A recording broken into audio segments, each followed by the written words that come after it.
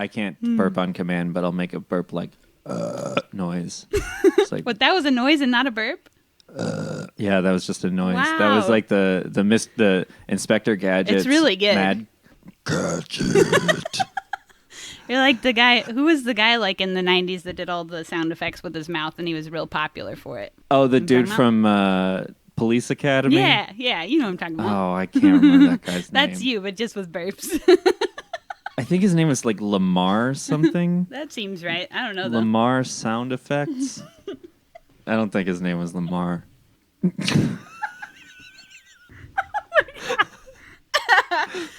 almost puked.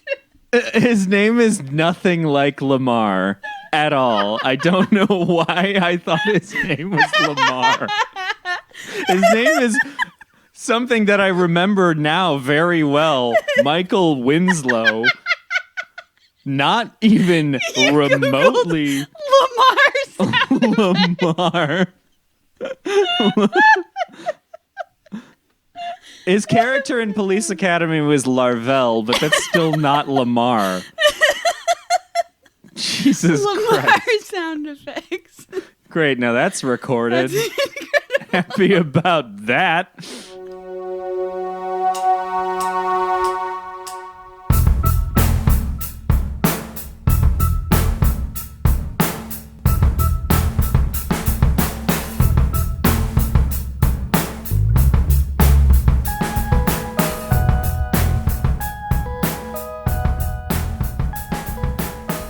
Hi, friends, and welcome to Screen Vomit, the only movie podcast for normal people.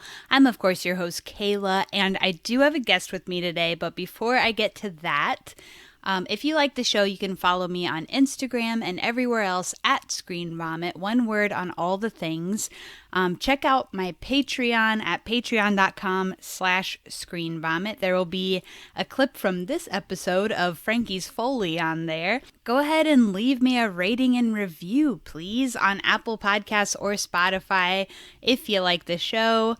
You can send me an email at screenvomitpod@gmail.com with your thoughts on this movie or other movies, or suggest a movie. And just a little note, I'm going to be taking a tiny break, so no new eps until, March sometime. If you're listening to this when it comes out, just a heads up. I'm going on vacation, baby. Check out the old backlog if you miss me. How about that? All right, so getting to my guest today. This is their third time on the podcast, so maybe you'll recognize them. They were previously on my episodes on Diamantino and Together. They are an artist, a rocker, all-around cool pal, Franky. Okay, should we actually start the pod now? We really should. Okay, I'm here with Franky. Welcome to the pod, Frank. Hello! I'm very happy to be here. Thank you. Hell yeah, and it's a welcome bark to Frank because this is your three-time? Your three-time. Three-peat. Mm-hmm. So yeah, normal's no Frank.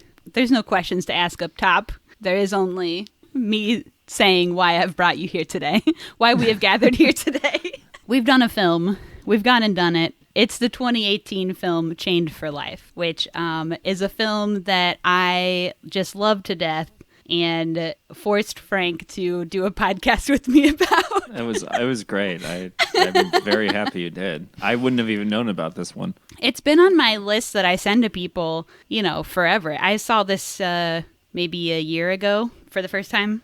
And yeah, it's been on my list all that time. People keep not picking it. And I'm like, I want to do this movie. And here we are, I guess.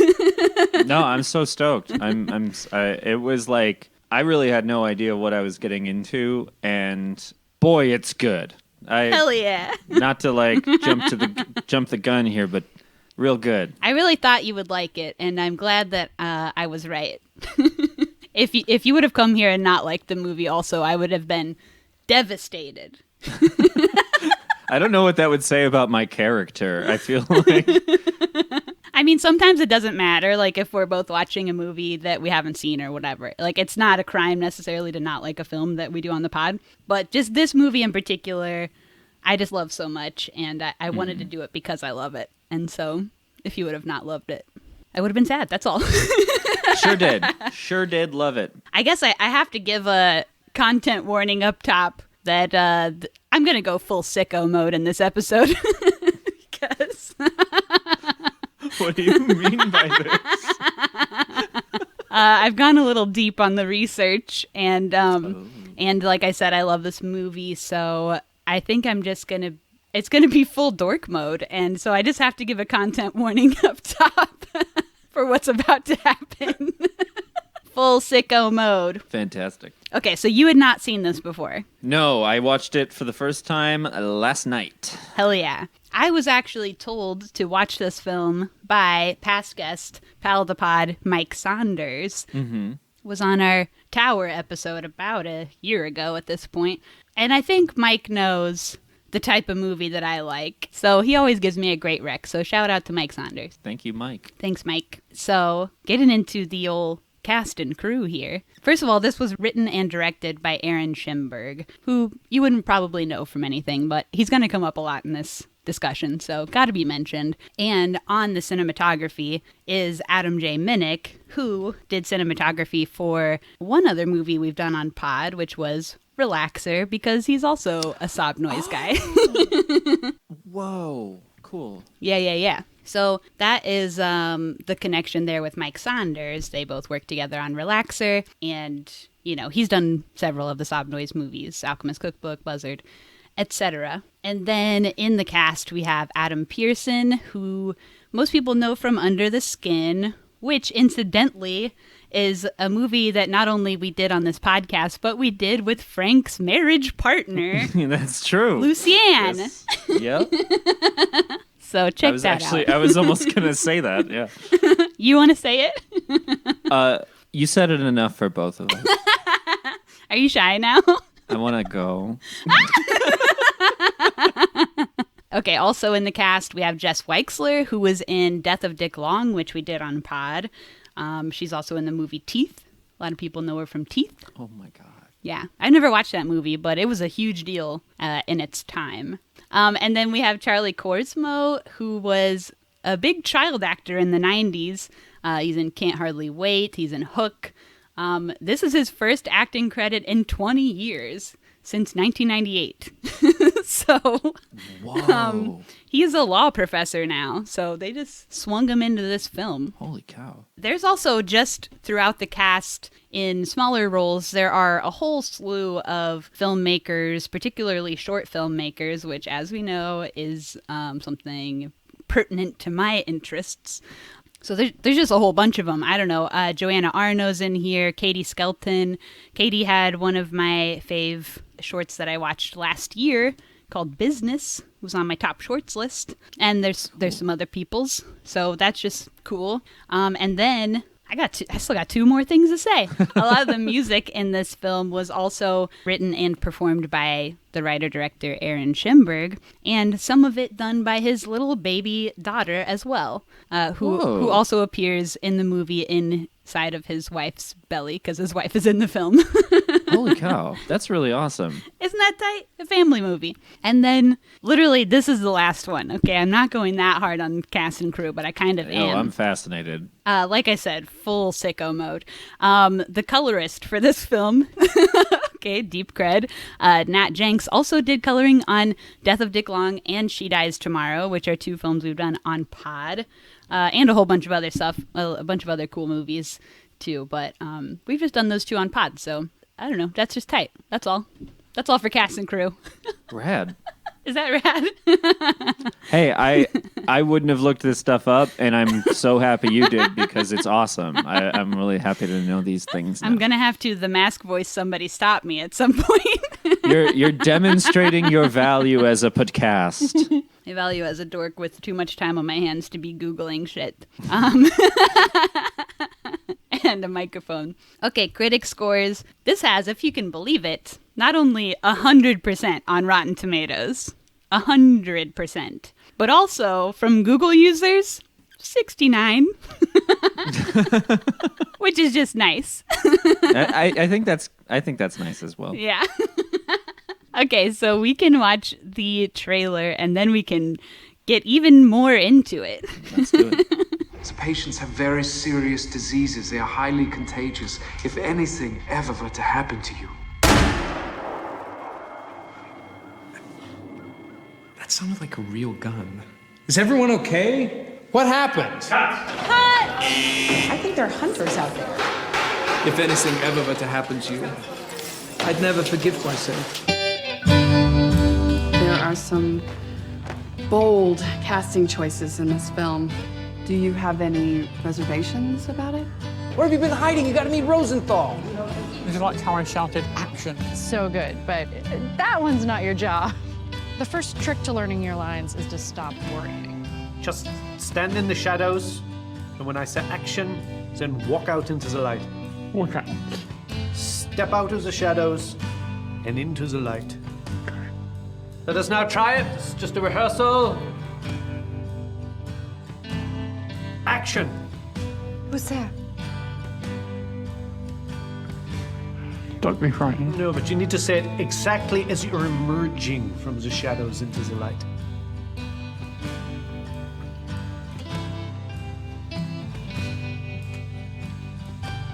Who's there?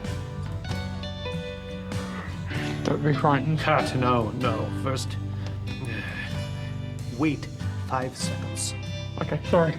Do not just walk out. Step out. So one step. A solitary step out of the shadows and into the light. Can we try it? See? Acting. Why am I standing in the shadows? What a gorgeous trailer. Yeah, it's boy, the choices for that trailer were bold. That trailer is really nice. Yeah, gorgeous, incredible. I hadn't watched it until now, so yeah, great.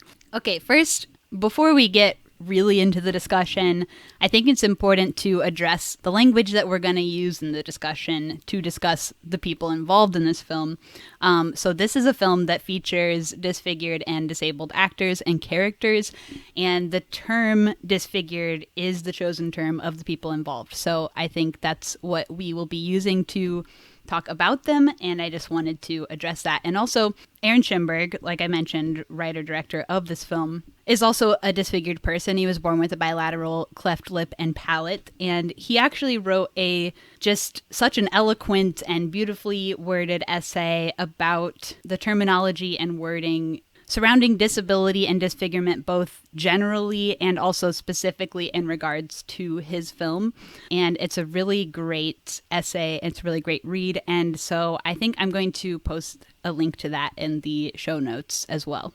So Awesome. I'll have check to that check out. that out. Yeah, it's That's really great. Yeah. He's a great writer. I don't know what he does for his real job, assuming it's not filmmaking, but maybe it is. I don't know. I hope But so. he's a great writer, so I'm thinking it's something to do with writing. I'm like out of breath because I'm so excited to talk about this movie already. I'm really looking forward to it. I'm stoked to hear what you think. So I guess just starting with like the set and the look and feel. It's set in a huge, like, beautiful old hospital in Harrisburg, Pennsylvania. Just the most gorgeous, beautiful, big building you've ever seen. It's shot on 16 millimeters, so it has that, like, beautiful, like, warm, soft depth to it, That too. makes so much sense. Yeah. Yeah. You were thinking it felt so soft. Yeah. No, I mean, it definitely, it felt like that. That's really cool. I didn't realize that was the case. Yeah, and actually, Adam J. Minnick was pretty late to sign on to this project because they were having trouble finding a cinematographer who had experience working with film instead of just digital. Oh. So, yeah, they just wanted it to be on 16 millimeter, and Adam was the guy, and thank God he was, because he adds so much to this film. Yeah. We'll get to that. The stage pictures are unreal. Like, there were just so many points in watching it. I was just like, I had to stop and rewind because I missed dialogue because I was looking at the stage pictures available there. Like, just, they'll be talking in a hallway and there's just incredible, like, flat, plain, gorgeous thing happening. And Yeah. Just like, oh wow, this is so good. Oh, what did they just say? I have to rewind. Yeah, this is a film that, like, so much attention has been paid to every detail and every movement and every word. So there really is a lot you can catch if you're paying attention, which is something I'm horny for in film. Yeah, that's legit. It was one of those things where it was just sort of like every moment in this is meticulously like crafted to be what it is. And it really felt that way. Like it felt like like watching. You ever see like videos of people like with like not microscopes, but like little magnifying glasses assembling watches. It's like all these little gears. Yeah. That's kind of like the vibe I got from it. It just felt everything about this movie felt so intentional. Yes. It was like, this is all done. Every aspect of this has a thought process behind it. Absolutely. And I love that. I'm addicted to that shit. It was wonderful. Treasure hunts. They're like films that are like archaeological digs, where like any corner you turn, any little piece of dust you move aside, like you can find something. Like there's something to be found. There's something to be looked at. There's some little treasure to discover. I love that shit. That's such a great way to put that. And I felt like there was like a lot of allusion to other films in that movie, like ALL illusion, not ILL illusion. No magic tricks. No magic tricks. No. That was something that was really cool, and like what sort of like tickled the nerd bone for me was like your nerd bone was going off. My nerd bone. It's like a funny vibrating. bone. It's like a funny bone, but usually gets stuffed in a locker. Hell yeah, so we're both going full dork mode for this one. Or full sicko mode, as I like to say, because it sounds cooler.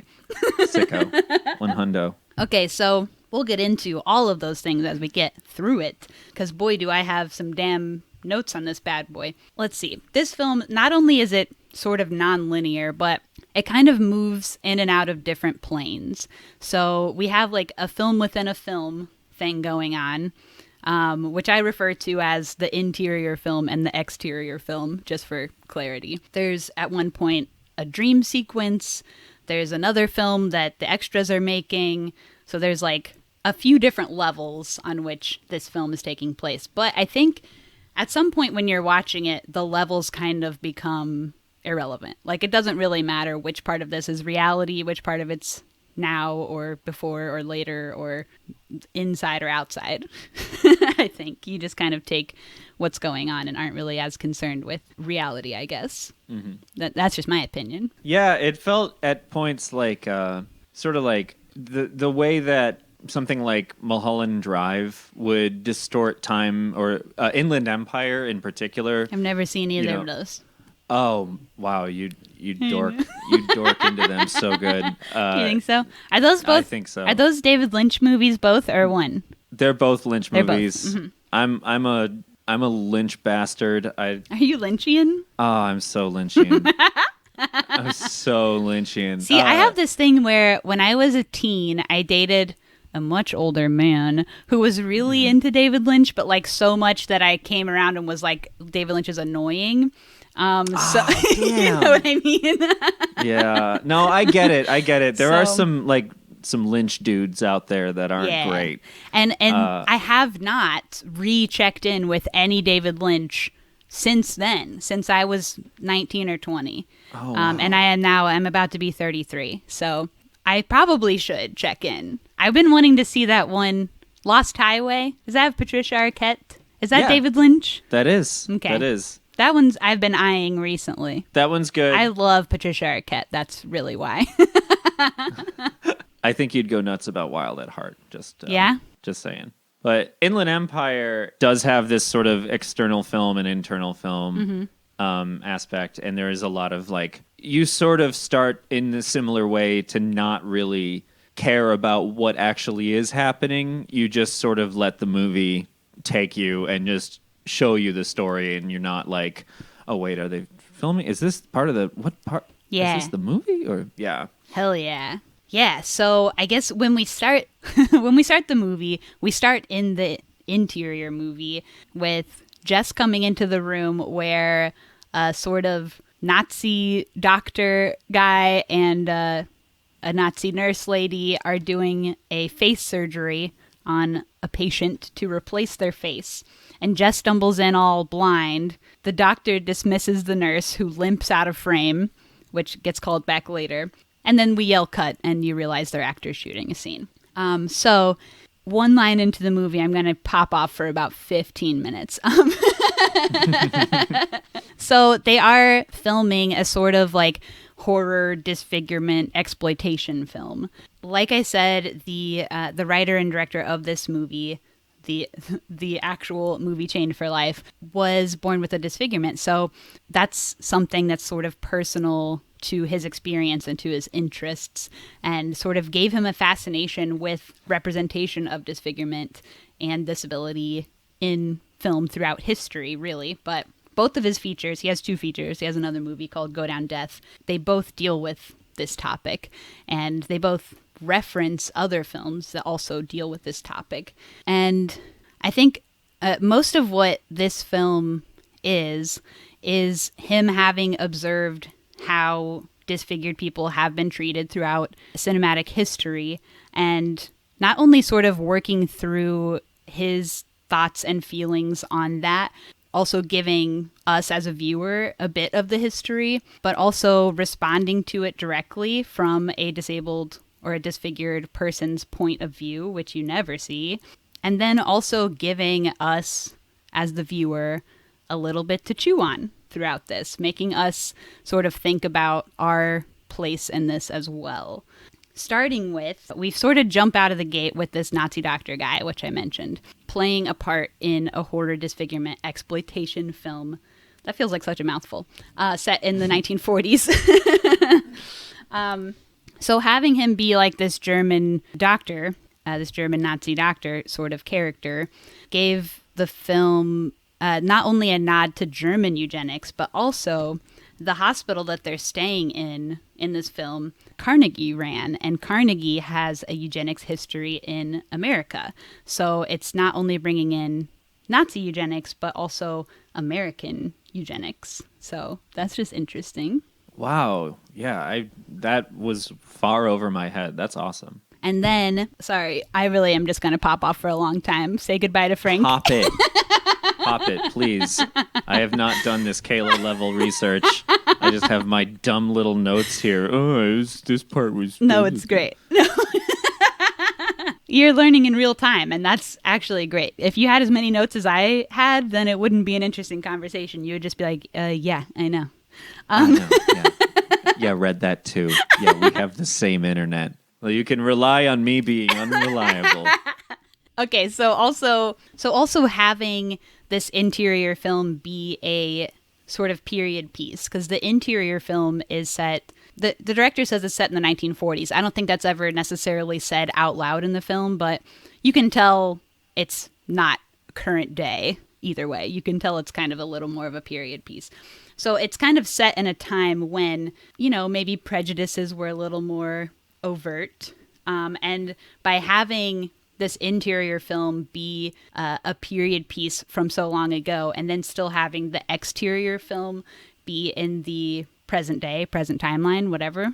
In that way, we can also sort of observe and examine how much or how little things may have changed throughout history, throughout that time, in the way that disabled and disfigured people are treated. It's like a lot of this movie references the 1932 film Freaks, and on the set of that film, the disfigured and disabled people had to eat in a separate cafeteria because the able-bodied people said they made them puke. So that doesn't really happen now, but if he would have made the whole film in that older time period, it would be a lot easier as an audience to separate ourselves from that kind of behavior, just to say that's like outdated behavior. And it's not, I'm not like that, but a lot of this is about bringing attention to how we do treat it now, also causing us to examine our own prejudices and our own thoughts and our own reactions to disabled and disfigured people. I'm stoked. Frank's napping while I go on my podcast. I'm very much enjoying what you have to say here. Okay, so although this movie has some representation of filmmaking to it, it's not really about filmmaking, but more about representation in film and how that's been throughout history, and also how that can possibly like influence our perceptions of certain things. And they show that through both the film and the set. So by having that filmmaking aspect to this movie, they're showing sort of both sides of that. Because disabled and disfigured people throughout history have almost exclusively been utilized as either the object of horror or inspiration porn, and rarely just get to be normal. And even if you think about it, like with all the diversity movements and the conversation around representation in film, gender-wise and sexuality and things like that are always coming up, ethnicity, but not really disfigured or disabled representation as much. And even the director said with his experience doing this movie and doing festivals with this, was that he felt that people were trying so hard to be PC that the conversation around it got shortened or not talked about at all, because people are scared to say the wrong thing or feel like they don't have the right to speak on the issue, and they're just kind of scared to even address it, which sucks. So they just kind of get left out entirely. Sorry. Now you can talk. No, I think like it's an interesting lens to watch this through, like having seen Todd Browning's Freaks. You know, I think that the concept of the freak show has become the inspiration porn. Like, I think this sort of gawking at these very normal people trying to live normal lives who are disabled or disfigured, like, is the new version of the traveling freak show. Like, you know, people want something to gawk at, and the thing that they would like to gawk at has not changed. Just the presentation of it has. And I felt like that, to me, seemed like a point this film was making. There was that part where, well, I mean, first of all of the disabled and disfigured people in the film are bussed in, while all of the other actors in the film get private limos and cars, and then the disfigured and disabled people in the film have to stay sleeping in the hospital. And one of the characters, Stephen Plunkett's character, walks away and says, "Oh boy, I'd give $1 million to know what goes on in there." Yeah. And like, it's just this gawking, gross. So getting off topic here. Sorry. No, you're okay. Yeah, part of what his motivation was for, or really curiosity was around exploring the subject a whole lot, is like, is the way these people have been represented in film, is it influencing the way that able-bodied people react to disabled and disfigured people because of the way they've been represented in film? Or is the way they're represented in film part of some like primal feeling that we have and we're just putting out anyway? Whether film was influencing thought or film was a reflection of thought, I guess, is really the simplest terms you could put that in. It's interesting to think about. Moving on in the movie here. Thank you for riding with me on this wave. Is this interesting? I'm very interested. Okay, great. Thanks for the reassurance. Because I think this is so cool, but I'm like, am I just full dork mode? I don't know. This is still before the extras, is what they're referred to, all the disabled and disfigured actors. This is before they have arrived still. So we do get like a great scene. There's a couple of these like wide entryway shots. I don't know what you call the space of this place, entryway or hallway, shots of this like people like running around everywhere, total chaos. Like somebody has a prop they can't figure out where to put down. There's like a boom guy running past. There's like people with questions who can't find somebody to talk to, you know, just like kind of chaos everywhere. This shot, this first one, is maybe our first like real glimpse in this film of some of the genius cinematography from Adam J. Minnick. And he does a couple of these shots throughout the movie. These sort of like the wide ones, but also just kind of following one person through a crowd and then sort of shifting and following another person kind of things. And they're just so cool. Yeah, a lot of like complex blocking for Absolutely. actors. Yeah. Yeah. The camera in this film, I think it's almost like its own character a lot of the time. Like the cinematography the first time I watched this film was one of the biggest standouts to me too. It's just so fun. Yeah. Gives you butterflies in your tummy. It's so cool. Yeah, there are definitely parts and like things you just wouldn't expect and are like, oh my God, that's perfect. That's exactly what should happen right now. Absolutely. Yeah, you don't see the shit whipped around like that. You know what I mean? For real.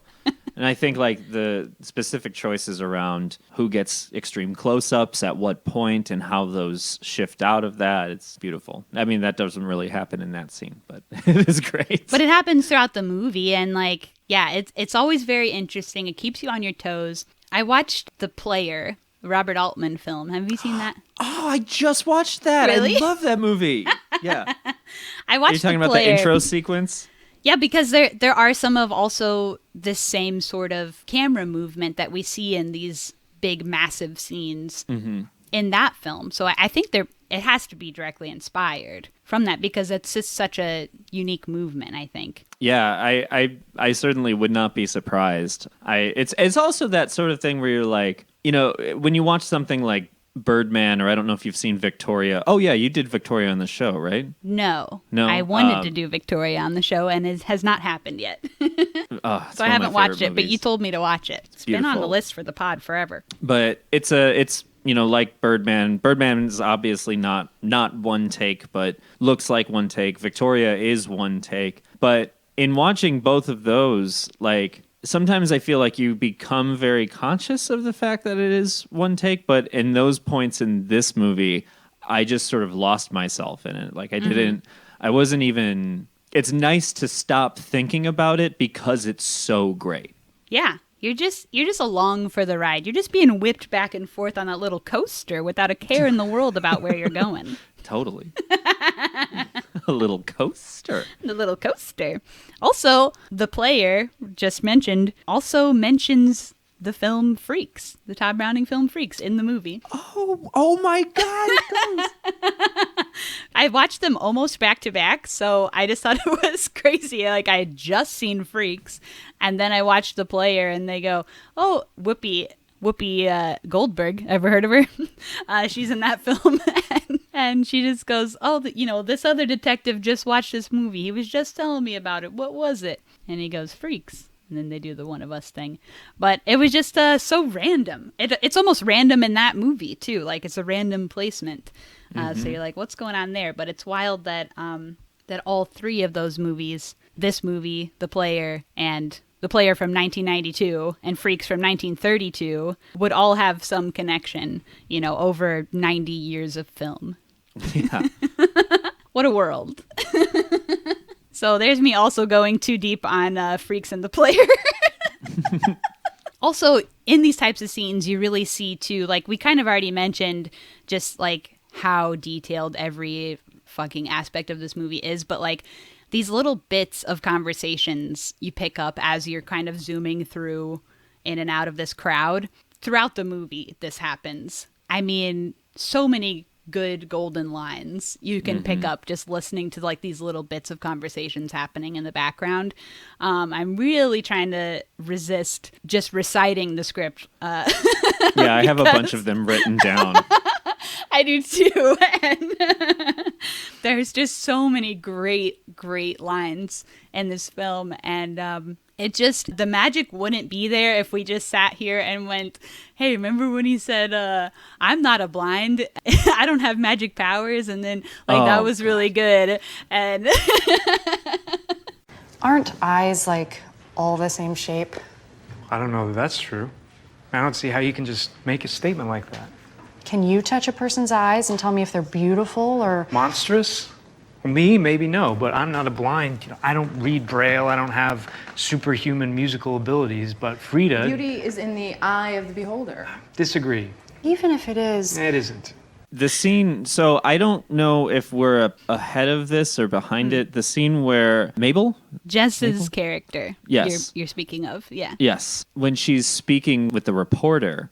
That's a little bit ahead. Okay. We're almost there, though, because in between here and there is the makeup trailer. Yes, okay. So in the makeup trailer, they're just talking a lot about beauty and, they're being really kind of gross about it. I mean, they're just like, oh, I have a facial hair. Like, it's so terrible, blah, blah, blah. Also, in that dialogue, not to go back to reciting line for line, but they start the conversation by talking about tattoos and just saying like, oh, I could never get a tattoo. And then Jess goes like, yeah, Marked for Life. And Marked for Life is the original title of the interior film happening in this film. So it's self-referencing there. That was just a catch I caught. I didn't catch that. Well, on the fourth time watching it or so, you start to catch some crap, I guess. But yeah, it's just like, I mean, it's extra gross to be all like, you have to pluck my chin hair is like so disgusting and like whatever. Being like that when, first of all, they are like literally the definition of beautiful. But also like they're about to work with people who are like severely disfigured. It just makes it like even more gross that they're so concerned about like this stupid shit. Yeah, it's like a good place, I think, to set up, what these characters' biases are, and you sort of get a view into that, and to just how unconscious of those biases the characters are. Yes, absolutely. Because they haven't yet also been confronted with the disfigured and disabled people. They have not arrived yet at this point in the movie. So this is just them being them, loose as hell. Also, I was thinking about, because they were mentioning tattoos and stuff, it never really occurred to me to also think about what disfigured people might think about body modification.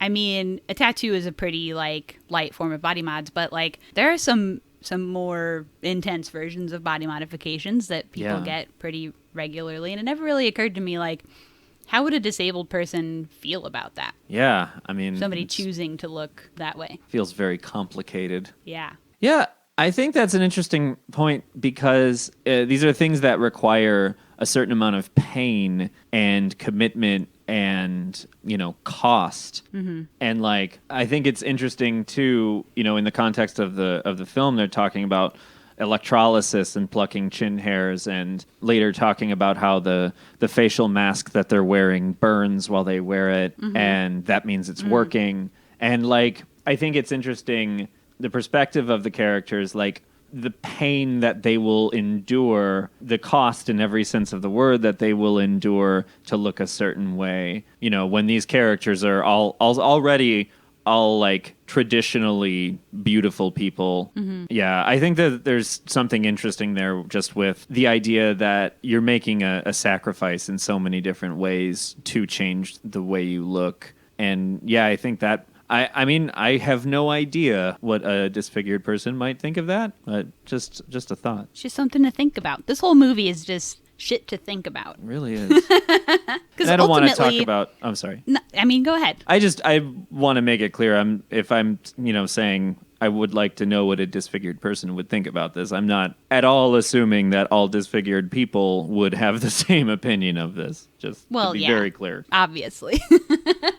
But yeah, I think ultimately, I mean, this is kind of just getting to be more broad, but like, I think this movie is just like posing questions. I don't think it ever really answers a lot of them. It just is supposed to make you ask or make you think about certain things. So like, it's okay that we don't have an answer for some of these questions that we do have. Yeah, I totally agree. And I mean, I usually feel like that is sort of the point. Like, I think as an artist myself, like, obviously I don't make film, but like... Hey, you made a music video recently. I did something like that. And it was gorgeous and very cool. Oh, thank you very much. We should have talked about that up top. It's honestly. all right. We can just... We can talk about it at bottom. Okay. But like, I think that asking questions is the goal of art. I mean, at least for me and for the way that I look at art, I don't like being shown the answers. I don't think that that's satisfying. Like, I think asking questions and allowing the viewer or the person experiencing the work to form their own questions around the information presented, I think that's the magic, you know, like that's where it feels like, oh, this has fucking changed me watching this. And, you know, that's always the most rewarding part of film to me. Absolutely. Yeah. And more like changed for life, am I right? Oh! It's my Jeff Bezos laugh. I like movies. Oh, that's pretty good. Franky's been working on their impressions and sound effects. Not sure how much of our early sound effects work we'll leave into the recording, but just you should know as an audience. Yeah, I'm an aspiring Foley artist. Here's number 3. This is keys. So you can use that in your film. Franky's sound effect name is LaMar. LaMar sound effects. Sound effects is all one word, and none of the vowels are correct. It's like no effects, but sound effects instead. Yes effects. LaMar yes effects. Okay, back to the movie. Jess gets interviewed about her part in this film, which you wanted to bring up. Did you have a thought on that? I just thought this was an excellent, and I mean, the exposition of this film, I feel like, is pretty long and pretty lush. I thought that this conversation felt to me very much like a thesis statement where the reporter is asking, you know, how she feels as a sighted person playing someone who is blind. And because her character in the interior film is a blind person. Yes. And her response is like, oh, well, Orson Welles played Othello and he could play a black person, and, you know, was sort of like talking about blindness in a way that seemed very ill-informed and very condescending. You know, she was like, I just feel like all blind people, you know, must feel excluded. And, you know, while at the same time she's viewing Orson Welles' blackface as a skill and as like something to be praised. I think it was a great way of talking about, like, we know that disfigured, disabled people and people who aren't us, who aren't me, who aren't you, that we can somehow understand another person's experience that we have absolutely nothing to do with. And her sort of, you know, assertion that because she's an actor, she can understand that, and that she does know what the experience of blind people would be like, and can draw from that. And I think that was one of my favorite things about the start of the film was it just felt like, here's a dinner tray, and on the dinner tray is all the problems we're going to talk about today. Yeah. And I mean, we experience this to some degree also as queer people. Yeah. I mean, people who have a gay friend or have seen Brokeback Mountain think that, like, they understand fully queer experience, or they'll say like, oh, you know, I'm gay by proxy or something, and it's like, but you don't, you know. No. Like, oh man, you just really don't. Even if you think you do, you know, sorry, but you don't. As both of us, queer and trans people, we experience that sort of thing, I think, a lot. At least I do, and I just feel like you can relate also. I think so much of, like, well, you know what, I don't even want to get into it, but that's okay. I mean, I'm sort of relating to opposite things, but, like, I don't know, I'm just trying to bring in my experience to relate this to something I have personally experienced. Definitely. You know, I think if I get into it, I'm just going to start complaining about very specific things, and I don't, I don't think I want to. That's okay. You're going to pop off too hard, and you know what? Sometimes you got to keep the pop off in. The pop off is staying on.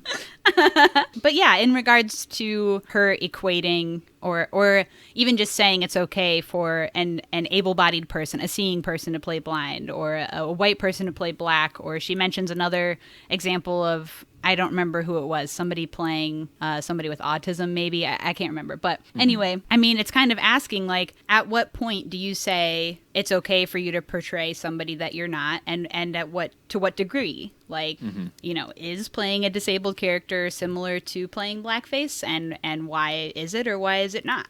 You know, and where's the line on what's okay, because we still see like mainstream, like able-bodied, neurotypical people playing like people with disabilities or people with autism or, you know, all kinds of other things that they ain't, but we're still seeing it, and they are still winning awards for the shit. Yeah. So like, why is it different than playing blackface? You know, just something to think about. I don't think this movie doesn't necessarily answer that question, and maybe there's not like a hard line or an answer to be had, but you know, it's another one of those things to think about. Mm-hmm. And I think that setting up that question the way that they did in this one was perfect. And like, even me, I'm someone who has thought about this quite a bit, but like, you know, even though I have thought about it and, you know, have processed it a little bit, like it invited me to reopen that discussion with myself. Like, what do I think about this? And like, what is right? And why is one thing culturally acceptable and another thing not? Yeah. Absolutely. They also do say, lightening it up, they do say when she's asked about the casting of the disfigured people and is it exploitative, the way that they're treated in the film or the way they're represented. And she says, like, I think the director had a like very serious asthma or something as a child. So this is like pretty personal to him. And he also says he grew up in the circus. Yeah, everyone's like, did you hear he grew up in the circus? Yeah. Which was just funny. And Charlie Korsmo, playing the director in this film, also is doing like a sort of Werner Herzog like impression, which is just all very funny. And people do doubt whether or not he is European throughout the film as well. Which is also great because, like, you know, sometimes his German accent, like, isn't perfect. It is kind of like a caricature of an accent. So, like, adding in those little bits of, like, I don't even know if he's German, you know, like that does kind of like, I don't know, a self-addressing or just being like, you know, I see this too. And it's like, whatever, it's fun. I just thought that's funny. But also, is an American person playing a German person similar to blackface? I mean, I feel like they're kind of far from each other. I think they do share a couple of things in common, but they seem a little distant to me. I don't think there have ever been really any American-German minstrel shows. Yeah, you know what? You're probably right. And then just bringing it back down again, on the choice of making Jess Weixler, or like an able-bodied person, just in general, the star of this film and sort of the character that we're riding with most of the time, versus making a disabled person the star, like, was just another deliberate choice to like force the audience to see themselves, to identify with a person who is reacting in real time to the people around her, and not just sitting here empathizing with someone who is sad because they're being treated poorly. Like, obviously that's sad, you know? But having a more complicated main character going through a more complicated emotion and sort of forcing you as the viewer go through those emotions with her and examine those same things with her. I think that was a great choice as well. Mm-hmm. Absolutely. Yeah. All right. And then the extras arrive by the busload, as we mentioned, all at once. Jess and Adam go to the, I don't know, outside. What do you call this? A garden area? Yeah, courtyard. To talk about acting. And Jess is entirely unable to look at him at all for like the first 3 minutes. She's just will glance at him, look at the ground, glance at him, like turn around, clearly having a lot of difficulty actually facing him. There's sort of a lot of things going on here. She, as an actress, in real life, not in this movie, because she is also playing an actress. Okay, so in real life, she has said in an interview that, like, she noticed hanging around a lot of the cast of this movie and hanging around Adam a lot during the filming and stuff, that basically the first 10 minutes of any interaction between him and another person, him and a stranger, is him trying to make them comfortable around him, because he does have neurofibromatosis, so he has like a pretty severe facial disfigurement. And his facial expressions, because of that, are harder to read, or they're different to read, you know.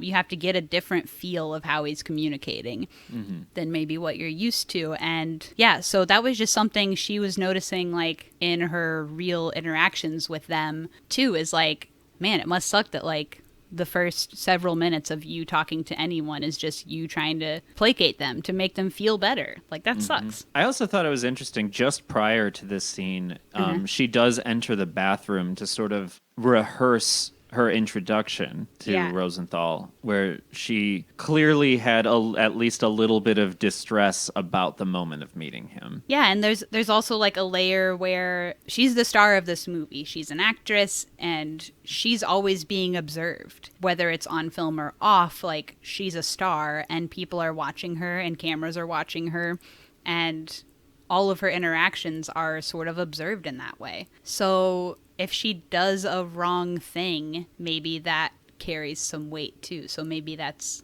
also why she wants to prepare so hard. But okay, going into their actual interaction with each other. First of all, so Adam is really concerned about learning all of his lines, which is just sort of funny because when he was cast in this film, the director actually saw him in Under the Skin first and said, that's my guy, I want him, but was unclear on whether he could actually act or not, because in Under the Skin he only has like a couple minutes worth of a part and it's mostly improv. So like he was like, okay, well, I've cast him in my movie, but like, can he act for a 2-hour film? Can he learn lines? Like, I don't really know, but we're kind of going with it because he was the perfect casting for the part. He actually was already writing a part for an English person with neurofibromatosis. So wow, that's really sort of inspired by the Elephant Man. So like the Elephant Man, I think, was just thought to have neurofibromatosis at one point, but maybe actually didn't, something like that. So he was kind of writing with that sort of a guy in mind, and then saw Under the Skin and goes, whoa. But anyway, so like a lot of Adam's lines throughout the whole movie are just like, oh, I've got to learn my lines. Oh, I can't learn my lines, you know? So I just thought that was kind of funny because that was actually a concern with casting him in the film, was, can he learn lines? Wow, that's a funny, that's a funny bit of info. And for what it's worth, as a person who's only been in one or two other films, that he was great. He was excellent. I think he maybe does something on TV overseas that we don't catch. But yeah, so he hadn't been in that many things, as far as I know. So he asks her for acting advice, at which point, first of all, the camera here slowly becomes like Adam's point of view. He kind of like dissolves and then the camera is his eyes, which was just a gorgeous camera movement, incredible, flawless. It blew my mind. It was beautiful. Yeah, it was you got butterflies in the tummy. Yeah, I absolutely did. It was one of those moments where you're just like, yeah, that's the perfect thing. That's the perfect thing to do right here. It can't be any better. It's perfect and gorgeous, and you don't expect it. And that sort of thing, I mean, we've already kind of said, but like it happens a couple of times throughout this movie, or, you know, aka all of this movie, that like you never expect. Really, you never expect what the camera's going to do, but you also never expect anything that happens. Anytime you think you know what's about to happen, you don't. Keeps you on your toes, and I just love that. As a person who's seen, you know, way too many movies and is watching movies all the time, having a movie that can keep you on your toes gets less and less frequent of an experience. So it's just a gorgeous thing when it happens. So the camera thing happens, which is gorgeous. She gives him acting lessons, but they're all face-based acting lessons.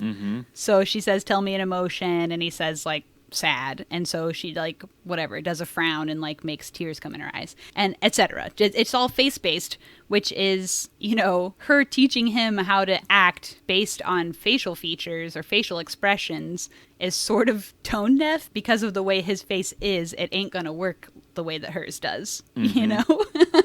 And she requests that he give her some suggestions of emotions for her to portray. And he says sadness and happiness and then empathy. And she is really taken aback by that one. And she's like, oh, well, this one's very advanced. And that was a hell of a moment. I felt like I got punched in the chin. Yep. That was, yeah. Yeah, beautiful. And we also don't see that from her, by the way. The camera changes around to be on him. So sure does. So that's just interesting.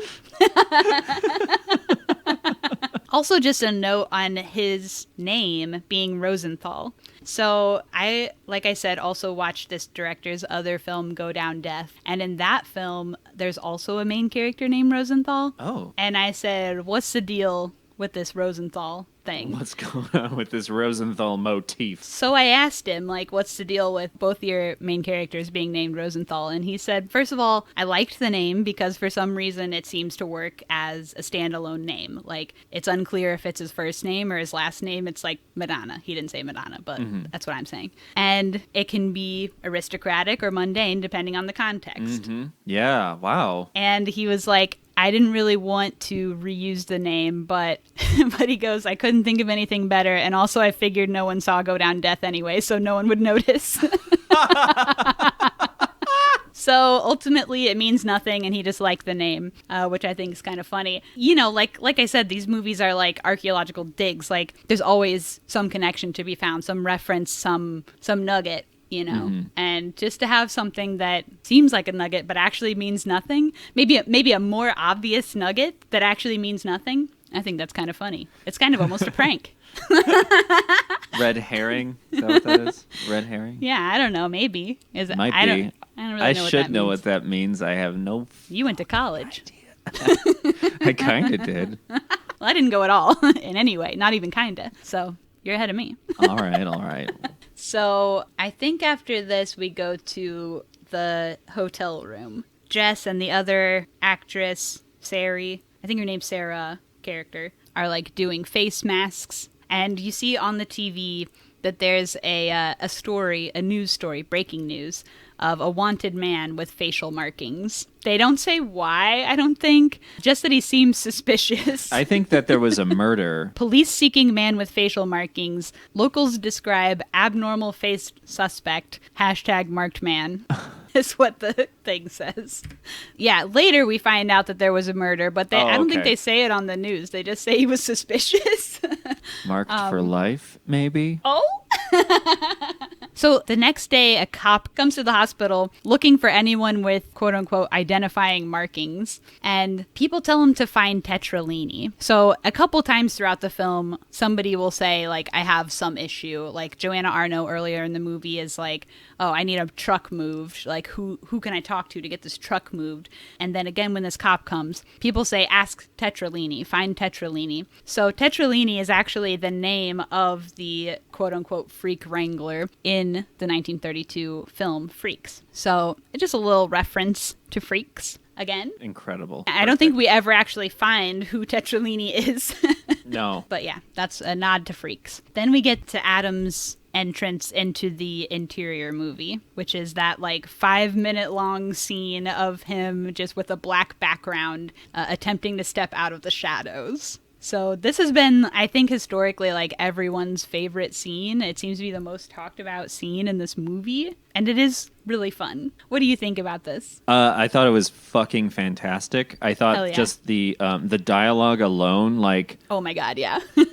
like, now step out of the shadows into the light. Like, just, it was amazing. And like, it was another one of those things where it was like, it's not saying anything specific, but it is a question. Like that entire scene felt so satisfying to me in that, like, I didn't feel like I was being told something. I feel like I was being shown something that I should think about. Yeah. He's asking, why do I need to come out of the shadows? And the only people who are ever seen coming out of the shadows in films are people who are disfigured or celebrities. And in the film, they reference Orson Welles appearing in the Muppets movie.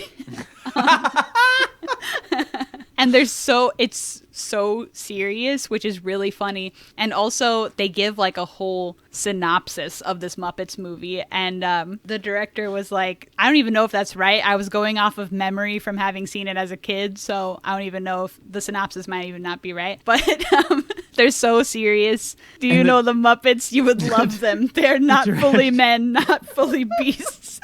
They're like the Greek god Anubis. It's like, I know who the Muppets are. is so funny. But first of all, it's hilarious. But secondly, in a way, he's sort of likening a disfigured person to being similar to a half man, half beast. Like, you would like the Muppets because they're half men, half beasts like you know? Yeah. Just piling them on there, but just delivered in such, like, the whole film, like, it's making you think about things that are really serious, but it's also, like, really funny at the same time. It's really funny, silly, goofy, but also it's making you think about things that are really more somber to think about. I think that's across. It's not too heavy, though. Yeah. Yeah, I think across the board, that's like one of the greatest strengths of the writing is that, like, it doesn't play fast and loose necessarily, but it doesn't, like, the movie has a very, very clear message in what it at least wants the viewer to be asking themselves. While at the same time, that message does not feel heavy-handed. I don't feel like it's being drilled into my head. It's not being preachy. Yeah, that's the word, yeah. Yeah, I absolutely agree. Like, it doesn't feel preachy in any way, but it does make you think. And I think it makes you think in more complex and layered ways than maybe anybody else has accomplished who's tried to do the same thing. Like, because, I mean, as we go through this, we've already mentioned like 10 different things it's made us think, or more things it's made us think about in different ways and different like little aspects to a disabled or disfigured person's experience and their relationship with able-bodied people and our relationship with them, and just in all these nuanced ways. And it keeps making you think about that and making you ask different questions throughout the movie too. So it's not just one question, it's many questions. It's very interesting how they're able to accomplish that in a way that doesn't make you think like they're being annoying. I think one of my favorite parts in that step out of the light scene was when the director was saying, you need to take one solitary step out of the shadows into the light, I think is the line. And I just felt like that was really powerful in a way that I can't really describe. So who knows? Maybe cut that statement out. I think no, leave it in. It felt powerful to you. It's powerful. Yeah, a solitary step out of the shadows into the light. Like, you know, what does that mean for a person who feels like they often have to hide from the world, you know, to take one single step? I thought that was, again, not a clear message, but something to think, something to chew on. Hell yeah. Is this when Stephen Plunkett's character grabs his camera? Yes, that is what's next, actually.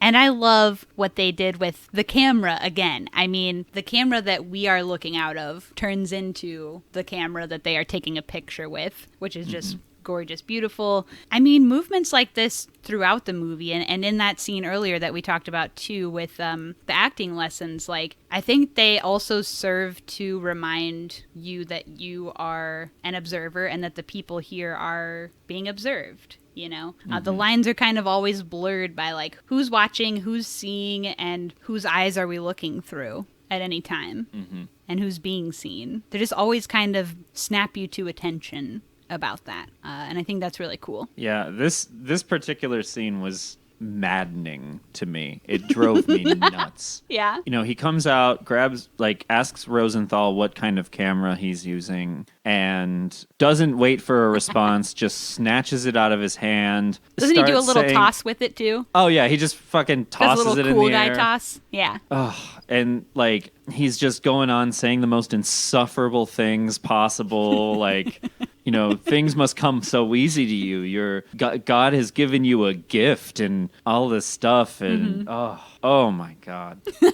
Like forces him to take a picture with him in a way that also felt very freak show. And then once they take a photo, he doesn't like how they have posed, so he literally grabs Rosenthal's hand and shifts it to a way that he prefers the photo be taken. Oh, the whole thing was maddening. I couldn't even handle it. Yeah, and just like complete disregard for Rosenthal's feelings at all in this. Yeah.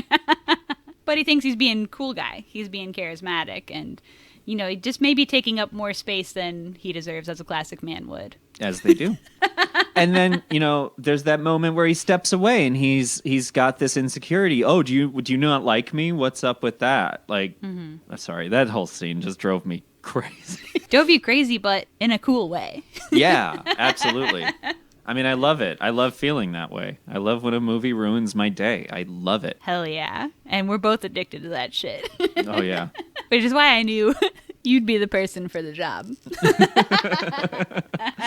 So I think after that is when they're in sort of the courtyard area, and Jess's character and another lady are sort of sitting there observing everyone around the courtyard. And this is maybe like the first time that we're really taking in all the different characters that have come here, I think, because they're kind of pointing them out one by one and going, who's that? Who's that? Mm-hmm. You know? There is an intersex character named, in this film, Jacqueline, who is split down the middle, half man, half woman. That's another Freaks reference to Josephine Joseph. There's like burn victim who's been burned on like 90% of her body. There's a tall man.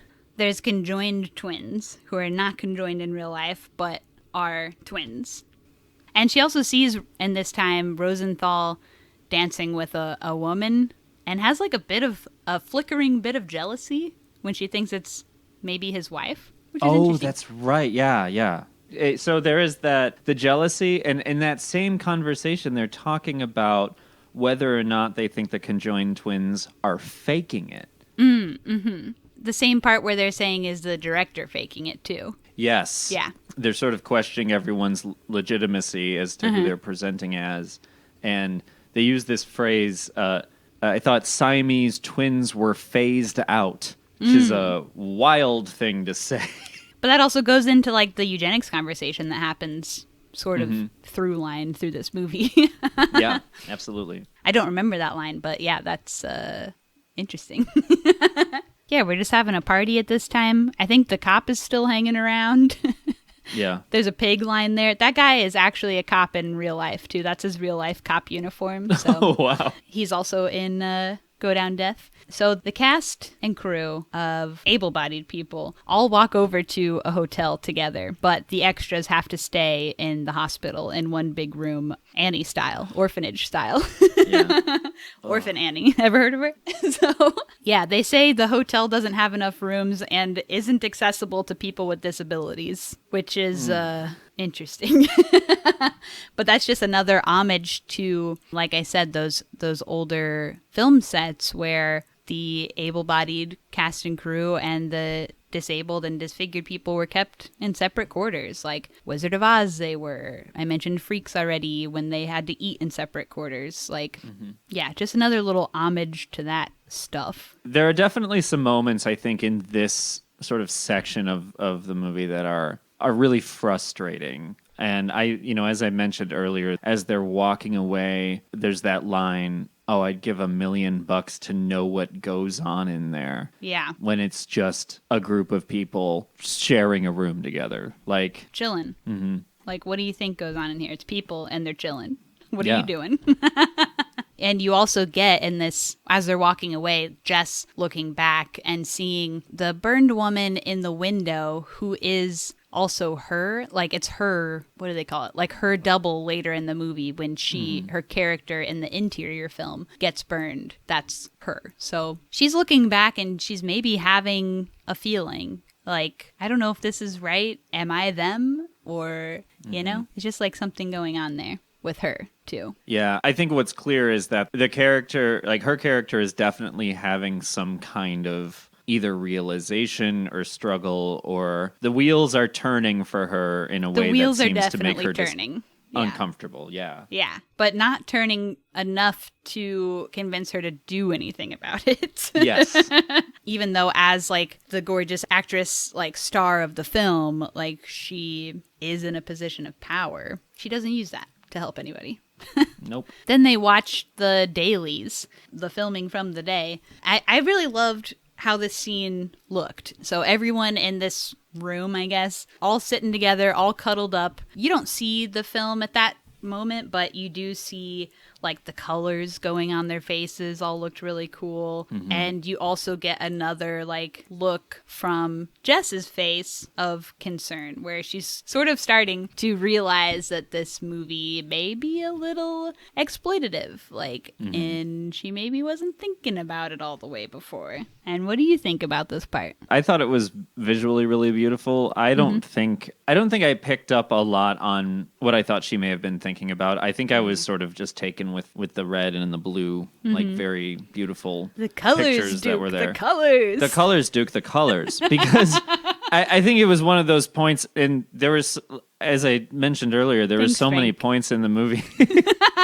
There's so many points in the movie where I literally lost You blacked out certain threads because I was distracted by other things that were happening. by the gorgeousness.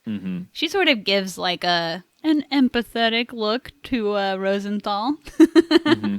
So we see she can make the face. We also do get some shots of the internal movie. So there is a gorgeous shot of Sari Lennox and Sammy Mina in the mirror scene where the mirror's kind of cracked and Sari Lennox is like looking in the mirror and then has to turn around and gasp as Sammy Mina pops out behind her. Sammy Mina is also in both of this director's films, and in both films as well, in a mirror. So I just thought that was interesting. Oh. He's actually the one who plays the character of Rosenthal in Go Down Death. Oh. So. Also, that scene was real. So it's them just getting multiple takes of like her turning around and gasping as he comes out behind her. And so, you know, they'll cut like, do it on this mark or like do it a little sooner or, you know, whatever, giving notes on her performance and making her do it again. That was actually real cuts and restarts, and she didn't know it was part of the film. Wow. She didn't know it was going to be kept for the film. So she's like, all those looks you're seeing in my eyes in between of like me doing adjustments and sort of thinking too much, that's all just like me as an actor, like doing adjustments and thinking too much. Hell yeah. I love shit like that. Later in the film, there's also a part where the Nazi doctor guy flubs a line, and that was also a real flub that they kept in. So really? Yeah. Which line was that? They have to cut because he says like, he almost says like my son or something like that. I can't remember what exactly the line was. Oh, yeah, I remember now. Okay. Yeah. That was a real flub too. So just fun. I think it's really fun that he kept those things in here. Yeah, that is cool. And I think at that point we cut back to that scene earlier where the burned woman was standing in the window watching all the rest of the cast and crew walk away to their hotel. And we get sort of a playthrough of what the hell was going on in there. Yeah. The extras side of the night. It's my favorite part of the movie, by the way. Oh, it's great. And so we don't see like the rest of the cast and crew for a while at this point. Like, we're just with the extras. I mean, they're fucking around. They're having a good time. They're supposed to be watching over the equipment, the cameras and crap, but instead of watching it, they're sort of fucking around with it and making their own little movie. I loved this part so much. It's so fun. It's gorgeous in a bunch of ways. So they sit around a campfire. They're having a really interesting discussion about if having a surgery to correct a deformity is morally equivalent to getting breast implants, and like if a person with a deformity could live without surgery but would just look different, does that make them superficial for having surgery, for going under willingly? And maybe kind of asking if plastic surgery in itself is a kind of eugenics. It gets pretty heated. The director was born with a cleft lip and palate, so he was basically born with a hole in his face that was surgically closed. So maybe this is him doing like a self-reflection also, like, or an investigation of his own situation. Am I contributing? I don't know. Just a really interesting like thought process. Yeah. And in that conversation, Rosenthal starts coughing a lot and enough to puke. And then somebody else cut. And that's when you kind of realize that all of this was part of their little film that they were making. So it's almost, I mean, you didn't realize for a moment, you know? That was such a chef's kiss moment for me. I felt so satisfied with that scene. Like, yeah, the conversation seemed so incredibly genuine to the point where it could have been filmed outside of the context of the actual real movie. And then to have that, like, the reality of it smashed and you find out that one of them had written it, and then we're like chatting about writing other movies that night. Like it was so wonderful to me. I don't even know how to describe it. It made me feel better than any other part of this movie. Aw. Yeah, I mean, it was gorgeous, and then, like, I agree with you. Like, it does seem like just a conversation that anybody would be having on this type of night with your people. I can't imagine also, like, I mean, just being in a group of your people, you know? Mm-hmm. As a person who is a minority, it's such a beautiful thing.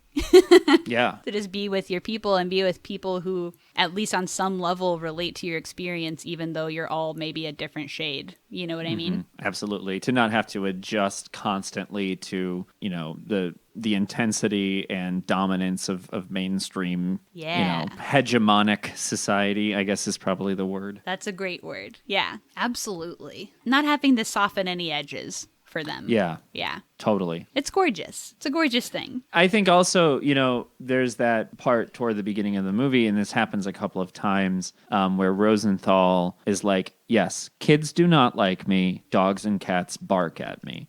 And everyone around him who is not one of the extras is like, oh, no, come on. You're being so hard on yourself. And he's just like, nah, this is my experience. This is what happens. Could you just, like, listen to me about this? And he obviously doesn't get too forceful with it. But, you know, I feel like that comfort that he didn't have there is present in that scene around the campfire. Yeah. I like that a lot. Yeah, absolutely.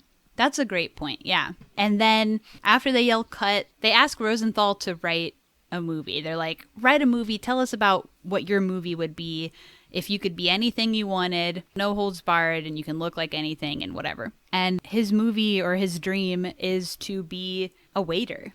And he's like, it's something that's so normal to the rest of the world, but like to me, it's unattainable. I couldn't be a waiter. I'd scare everyone, you know? They wouldn't let me do that. I hadn't really thought about that before, but that's so interesting. And then, I don't know, it's an interesting conversation. It's an interesting thing to think about, and we get to see it here in a minute. Yeah. Because we cut back to the acid scene where one of the extras throws acid on Jess's face. And so this is, I guess, a dream sequence at this point, but it doesn't really matter. I mean, you're not really paying attention to, like I said, the levels at some point become irrelevant. Yeah, I'm not even sure what to call this sequence. Like it is entirely different. Yeah. They always refer to it as a dream sequence, but I don't know. It doesn't really feel like a dream. Yeah. You kind of don't know what it is. It just is, and that's fine.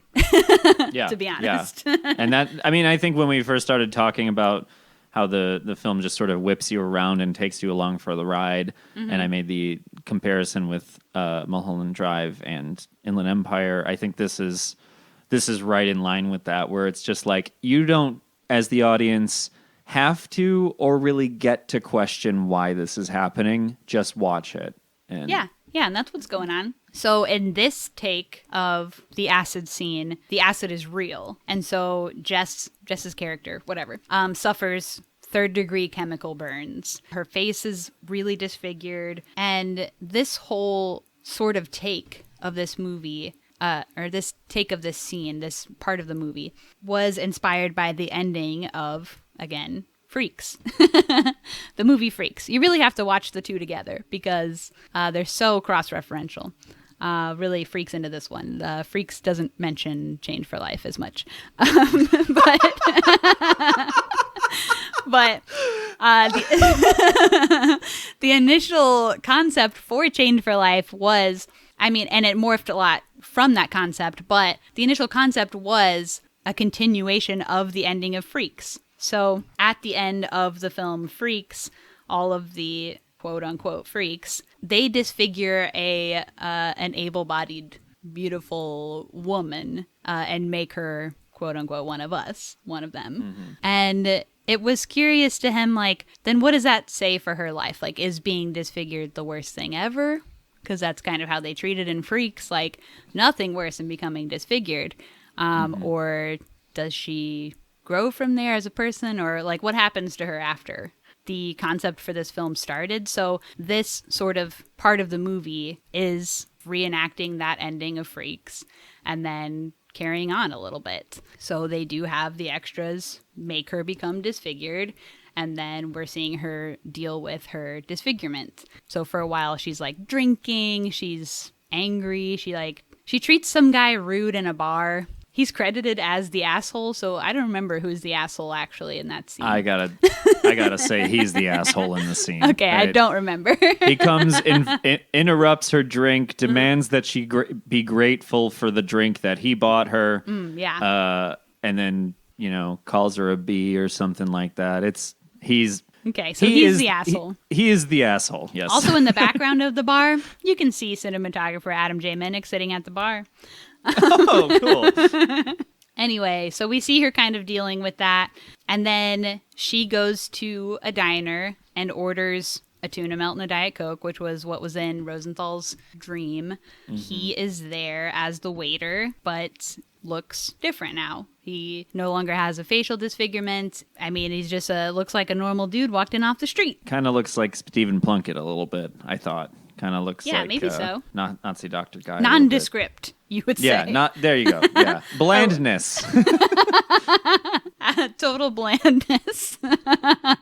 But it's Adam Pearson's voice coming out of him. And he says, the doctor fixed all of us. He came up with this procedure. He fixed all of us. And you look around the place and it's, all of the cast of the movie. But they're, for lack of better words, they're normal now. The twins have been separated. And yeah. And he even says, I have a dog and dogs love me now. And you should get the procedure. You'll feel so much better. And part of what's being asked here is when Rosenthal is momentarily cured, how does that make us as the viewer feel? Is that a positive thing? It seems like something you would want, but or do we miss Adam? Do we feel some kind of loss for him? Is his face what makes him him? What makes him special? Is it positive that he looks like a normal guy now, or do we miss him? Mm-hmm. Yeah. And I think also, despite Rosenthal's, dream and wishes to someday be a waiter, or at least his regret that he feels he couldn't be a waiter, he doesn't really express a desire to change the way he looks. True. Just a desire to have access to the things that other people are able to do. That's true. So, if this is her dream sequence, her placing that view on what Adam Pearson's character's desires would be, that seems to make sense to me. But obviously, it's sort of impossible to really say exactly what this sequence is. But I did feel very weird in that scene because I felt like, Rosenthal expresses his dismay about the way people treat him and the things he's got access to, but never really says, I wish I looked different, Yeah. Yeah. And I'm sure there's lots of complicated feelings around it, and there's not really I'm sure anybody with a disability or a disfigurement would some days wish to not have it. And some days think it's a huge part of their personality. Mm-hmm. Same, I don't know, just trying to relate to it still. I think about it that way with trauma, some really hard things that I've gone through, they made me who I am, so would I choose to give those things up if I had a choice? Would I choose to Eternal Sunshine, Spotless Mind them out of my brain? Mm-hmm. Or do those things make me who I am and who I am's cool, It's an impossible thing to answer. Yeah. And I think in saying that, Rosenthal never mentioned that he wishes his disfigurement wasn't the case. He also doesn't say that he does like it. There is ambiguity there as well. Yeah, and that is a good, that's a question I think about all the time of are the things that have been very difficult in my life that I don't like or maybe am embarrassed by or, could haunt me. I have regrets about whatever. Mm-hmm. If I didn't have those, would I be the kick-ass fucking awesome person I am all the time? Oh, yeah, baby. I think, sometimes it's frustrating trying to navigate queerness, for example, and particularly people's expectations of what queerness looks and sounds like. Sure. And I know we've had this conversation both on and off pod. Yeah. Just for any normals who aren't aware, both Frank and I are non-binary, so we have these discussions a lot. Yeah. And like, would I want to not be this way? No, I love it. This is great. This is perfect. I wish I would have figured this out a long ass time ago. Decades ago. Yeah. Yeah, but you know, it's I like these things about me, but the struggles they present suck ass. So. And they mostly suck also when you are confronted with a cis person's expectations of how you should be presenting and why you aren't meeting those requirements in their brain, why you aren't meeting those standards, which maybe is also relatable to a person who is disfigured's experience. Like when they're alone or when they're with other people who have disabilities or disfigurements, like they're not thinking about what's going on with them. It's not until they're confronted with the expectation of an able-bodied person and they don't meet those expectations that then they go, well, this is causing me grief. Yeah. You know, when Nazi doctor guy has taken Rosenthal's camera and then, very insecurely asks whether Rosenthal does or does not like him. I thought that moment was just full of like intense expectation of like, well, I am a forward-thinking person and I accept you, but also no, I don't. I sort of expect and even demand that you act a certain way to make me comfortable. You know, like, that's a challenge. Wow, this is really interesting. We're really getting to some shit here. And hell yeah. I think it rips. Screen vomiting. Great. Perfect guess for this film.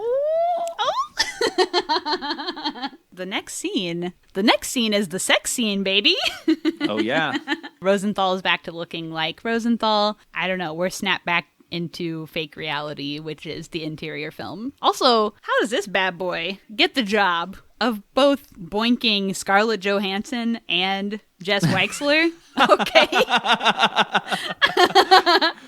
Goals, baby. Yeah, for real. For real. Literally in 3 films and 2 of them boinking 2 of the hottest chicks on earth. So yeah, they do have a little sex. And the camera pans around to show also the 10-person crew watching as, the sex is unfolding. So you're not only getting that moment between them, but you're also getting the reaction of how people feel about watching what's happening, which is mostly sort of blank stares or unsure how to react kind of reactions. I was unsure how to interpret it. I watched that scene and then, at the end when the director cuts, I don't remember who it is. It was like script supervisor or something. Some other person in the crew is like, oh, she dropped her German accent. And the director is like, it's fine. I want to wash my hands of this. Yeah. He says, I've done all I can do. I must wash my hands of this. Yeah. Yeah. I still came away from that scene not really knowing how to feel about not really knowing how to interpret what the people in the crew were thinking. But even so, it felt just as satisfying of a scene. Yeah, and like their chemistry in the scene was very like it was on. Oh yeah, for sure. I mean, it was hot and heavy, and Jess, the in real life actress, outside of the movie in an interview, talked about this scene, saying that like it was sort of exciting to her in a way she didn't expect, because there was no way to plan like how she was going to kiss Adam Pearson until she did it, because his lips are not the same shape as other lips she's kissed. So like there was like a sort of anxiety going into it, and then when she did do it, she was just kissing him and him uniquely, like having a physical connection to another person that was entirely unique, and something she'd not experienced before and didn't know how to prepare for, which was just an interesting thing to think about. I wouldn't have really thought about it, I think, but she was like, I'm sad that you couldn't see it on camera because like her hair was in the way. It's kind of shot from behind her head. She's like, it was really interesting and sort of exciting in that way. That's interesting. I should look up these interviews. I'd like to. Well, the ones that I watched are on the Blu-ray extras. Oh. So get that Blu-ray, folks. I guess so. I rented it on YouTube. The commentary on the Blu-ray is also very funny. Also, we can't conclude discussion of this scene without mentioning there's also a hog reveal. Oh, that's right. We see hog, baby. That's right. That's right. Hangin' brain. We see some hanging brain, and just has to be noted before we can conclude that scene. Interior film is wrapped. Jess is back to having brown hair. She's out of character now. She's normal. People are kind of saying their goodbyes, and you kind of get this, like, these people have kind of spent all this time together for however long shooting this film, and now they're like, I don't know, maybe never going to see each other again. So it's like that type of relationship. So Jess and Sari and the Nazi doctor guy, I never learned his name, I guess. I just know his real name. I can't what was his real remember. name? Stephen Plunkett. Okay, so Stephen Plunkett and Sari and Jess are all in the room together. Sari leaves the room. She's the same person who was the nurse at the very opening, and as she's leaving the room, she trips, which I just thought was very funny. Sort of Also, nod to her limping out of the room in the initial scene. What? I just wanted to mention that during this scene, they really wrap up the Todd Browning's Freaks thing here when Jess says, "One of us," and she responds, "One of us." I was so giddy at that. That just, it felt so perfect to You me. did Leonardo DiCaprio. You pointed at the screen. I did. I was like, yes. Okay, I know we're at the end of the movie now because they just did that and it was perfect. Hell yeah. Sorry to interrupt, but I had to talk about that part. That's great. Hell yeah. So yeah, Sari casually trips going out of the room, and I just thought that was really funny because there's really no attention paid to it at all. She just trips and walks out. Throughout the movie, they kind of rag on digital versus film a couple times. They do a couple jokes about it. They're always very funny. What's this about anti-laughing cream? It's just a joke. Eiderisu non procul, abest risus. Laughter is never very far from derision. Who said that? I have no idea. Well, it's impressive Latin. Dead language. You're keeping it alive. One day I'll be gone. Well, not you. You're immortalized on celluloid. Another dead language. That's right. That was just good.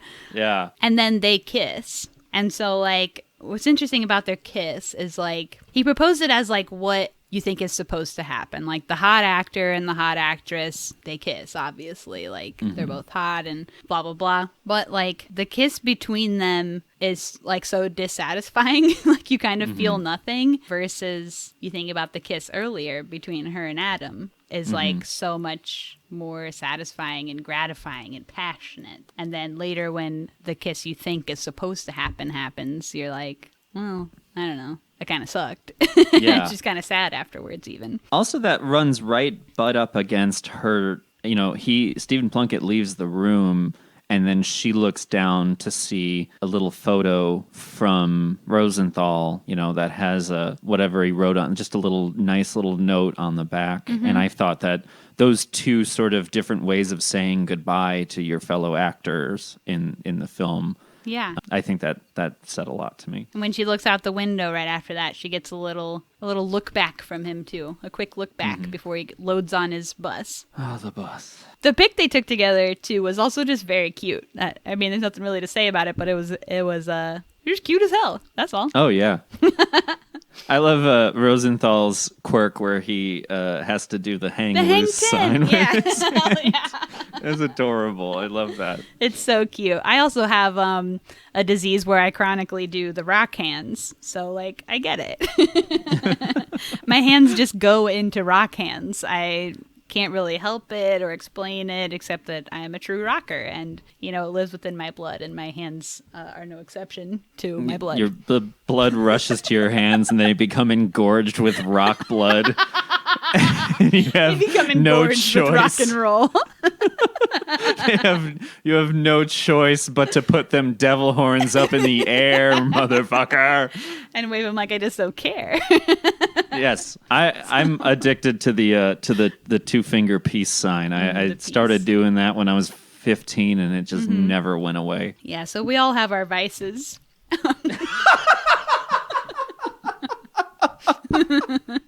Our cross to bear.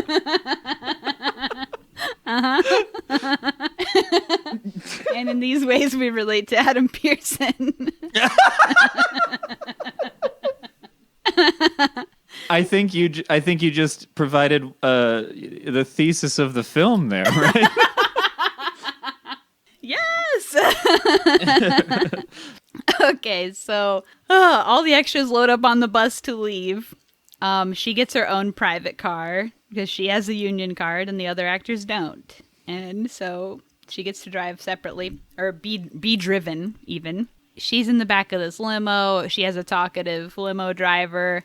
The camera just holds on her. It's kind of gorgeous in that way. And there's a little joke about the book My Struggle on Amazon.com. Huge laughs. I was curious if that was intended at all to be a Hitler reference, considering the Nazi doctor, the eugenics, because Mein Kampf is my struggle. Mm-hmm. Yeah. And I felt like if in a movie so intentional there had to be something there, but I can't really imagine what. Yeah, there probably is. Yeah, big jokes, big laughs. And the creds is the video of the bus. It's what's happening on the bus. Just everybody chilling together. And you're also like, who's having a better time? Like, the people all together on the bus chilling, or just by yourself? I mean... I also want to mention one thing, and this is just my alarm goes off anytime a lead actor, particularly a female lead actor, when their hair changes from blonde to brown, my vertigo illusion alarm goes off, and I have to always ask myself, okay, are they referencing Vertigo for any particular reason here? But I've never seen Vertigo, although I've owned it on VHS for about 15 years. Bro, you got to go fuck your life up and watch Vertigo. I know, it's I got it. one of the best movies ever fucking made. I don't know why I haven't. So I literally own it on tape, and I have forever. And I don't know why I've never watched it. Well, hopefully I didn't ruin any part of Vertigo for you right now. But see, the thing about me is you can't really spoil a movie for me because I'll forget what you said instantly. Perfect. Go watch Vertigo and then call me and tell me about it. Just off pod. Hell yeah. Patreon episode on Vertigo. Hell yeah. So yeah, what we're left with at the end is Jess driving away by herself, and we're like, has she learned anything? Has any part of her changed? Did she ever really develop actual empathy for Rosenthal? Is she going to change anything moving forward, or is she instantly forgetting about this because they're over there and I'm over here? Mm-hmm. And we don't know. I don't think it really answers the question, but we're also supposed to be her. So, did we learn anything?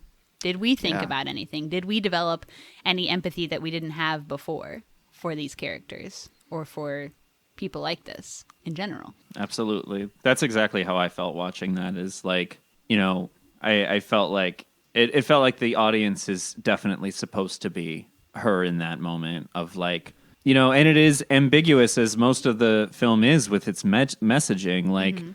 The questions are very clear, the answers are not present, and I love a movie that doesn't get tied up so nicely. I love a movie where you're just yeah, what the fuck? How about that? Yeah, especially a movie that's making you think about things that are sort of messy and complicated and maybe inside yourself not that pleasant to address. Your own biases, your own prejudices, those aren't really pleasant to address. Everyone has them. You don't really want to look at them. Absolutely. So having a film that forces you to sort of ask questions about them and then leaves you to sit and reflect on them without giving you any answers to what you're supposed to be feeling. Just here's the facts, come to your own conclusions. Yeah. And I mean, you know, how could you ever say exactly what you're supposed to be feeling? Yeah. Things are way too complicated than to just have an answer. Yeah. But to have at least the capacity and openness to at least consider it and to have those thoughts and to just, you know, you don't have to solve the problems of the world, but you do have to think about it. And, you know, that's how I felt coming away from it. Yeah. Yeah. Keep the wheels turning. Like, question what you think and question why. Yeah, exactly. And Love where it. it comes from. Love it. And where it comes from and how it affects other people and how it affects you. Totally. And as queer people, and why we probably have related a lot of this to queerness, is like, that's part of our whole thing. It's like, we constantly have to ask those questions about ourselves. And, you know, cis straight people don't often. 100. So I mean, but they should. They should. They should. But that's part of Maybe why they'll find out that they're queer. They might find that out. Well, maybe And so. That would be beautiful for that. Yeah. For them. I mean, not everybody, but you know. Many. We think see about many eggs. That's part of also why there are no honorary queers. Sorry. You got to do the work, honey. But I'm friends with 9 gays. Sorry. Okay, so what a discussion.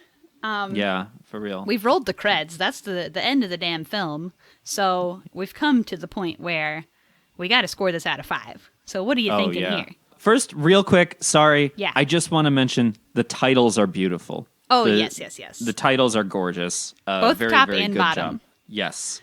And the commentary on the Blu-ray, sorry to do dork mode again, but the director did say that one of the producers on the film hated that the opening titles were in the light purple.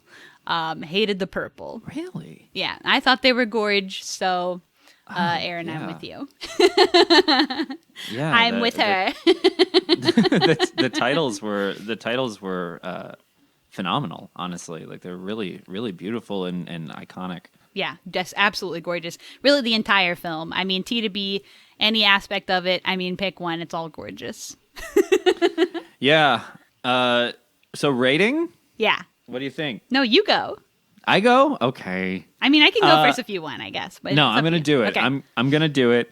And you can give your reasoning, too, if you would like. But we have gone pretty deep, but go ahead. Yeah, no.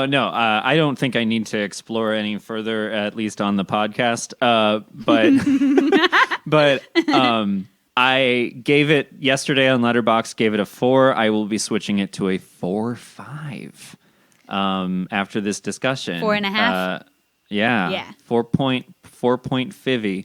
Hell yeah. Loved it. Like, one for the record books for me. Will not forget this one. Hell yeah. I love to hear it.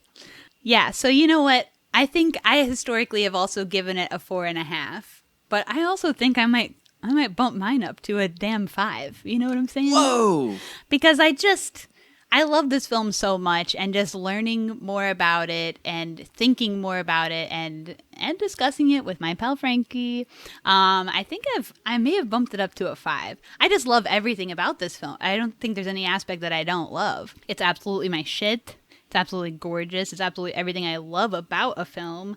My most respected traits of any film are probably creativity, which this has in spades, like both in concept and execution, in just showing me something I haven't seen before, keeping me on my toes, like I said. That stuff makes me excited. Gets my weenie hard. Yeah. And the archaeological dig aspect of it, which I talked about, but like that sounds stupid, but like that is something I love about a film, and that's why I know all this random shit about all these movies, because I love when there's shit to find. I love when there's shit to notice, and having something that's so detailed also adds to rewatchability. So like the more times you watch a film when you can find more and more things in the background that you didn't notice before, or another line you hadn't heard before, or a joke you didn't catch the first time. You know, when there's more stuff to be found all the time, that's exciting, because that doesn't happen that often either. Damn, dude, you just made me change it. 5. I think this film makes me really excited. I think my first review of this was something like films that make you love watching films, because I mean, it really does just, I love watching it. I love, it just feels cozy to slip into, and it makes you think. And it makes you think in a really nuanced way that, like we said, isn't beating you over the head with its messaging, but it's really making you think about different aspects of what's going on here and of yourself. Totally. It's fucking cool as shit. Thirdly, I respect anything with DIY ethos, DIY feel. Yeah. And totally. You know, this is that too. And of course, the cinematography. I again want to shout out Adam J. Minnick.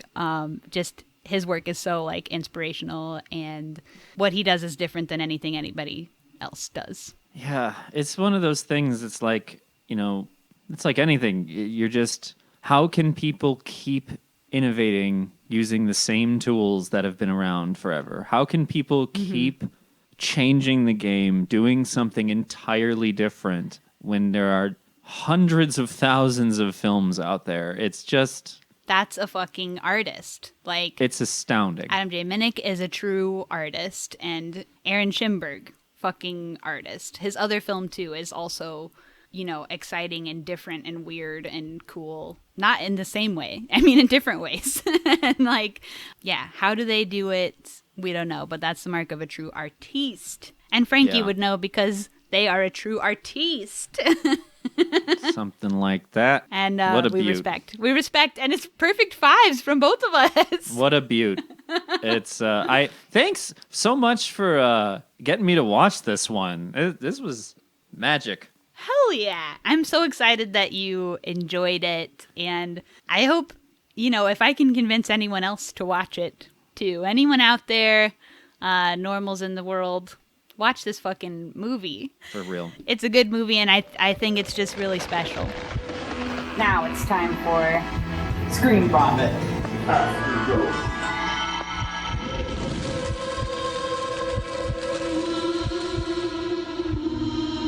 Okay, so should we jump back? ScreenVomit After Dark. Arc. Thank you. So in this part of the pod, we just go off about whatever else we've been watching lately, movies, shows, whatever. So what you been watching? Yo.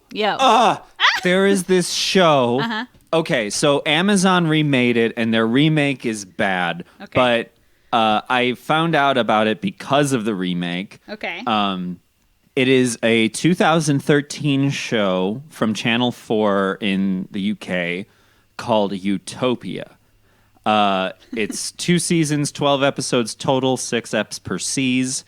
And yo, it is one of the best frackin' TV shows I have ever seen. Where are you watching this on? On Amazon Primo. Oh, okay. It's but Amazon remade it, and the remake is bad, but the original's on there? Watch the original on there. Yes, the remake avoid. It's phenomenal. It's, dude, wow.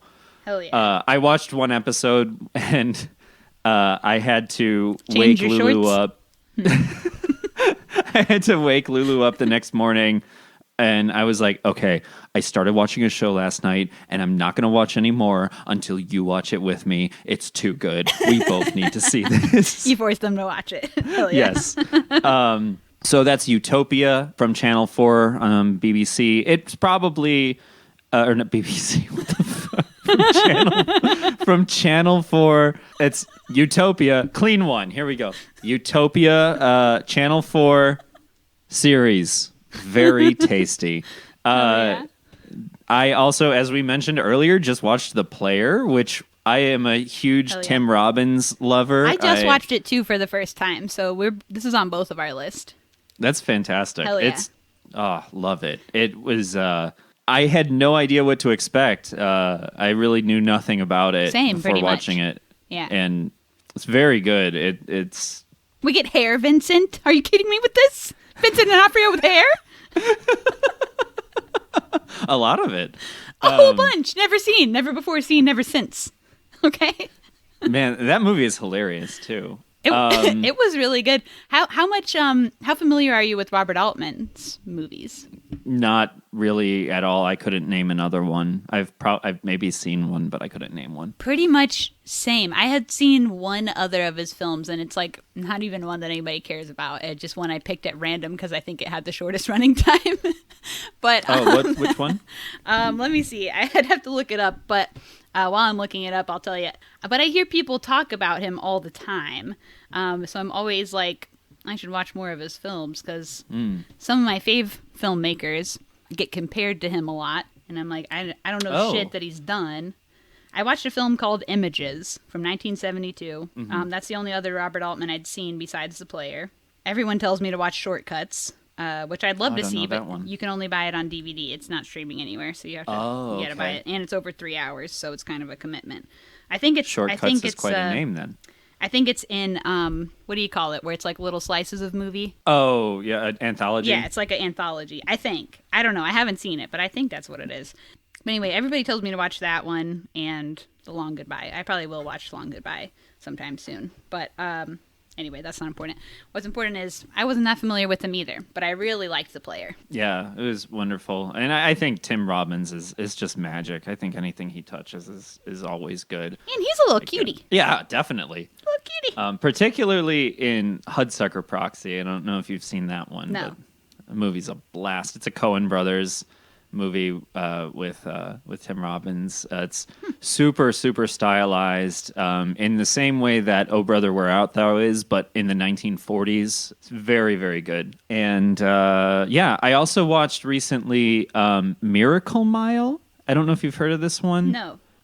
So this one is from 1988. 1988. Yes. I'm looking them up as you say. I'm on Letterboxd.